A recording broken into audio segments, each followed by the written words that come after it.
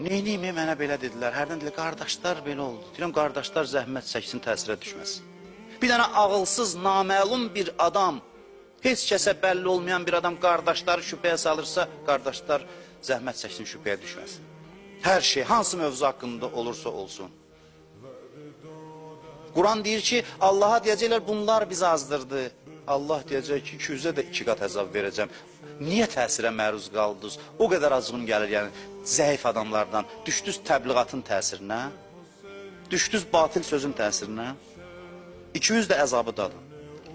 Allah belə qəzəblənir bunların əlinə. Bir dənə belə bir söz deyim, sabah sözümdən bir başqa məna çıxartmasınlar. Pis adam da olsun, heç olmasa özün pis adam ol, kiminsə təsiri ilə pis adam olma. Yenə də şükürdür. Kiminsə təsirinə düşüb pis adam olmayız olmasa, təsirə düşənlərdən acıq gəlir.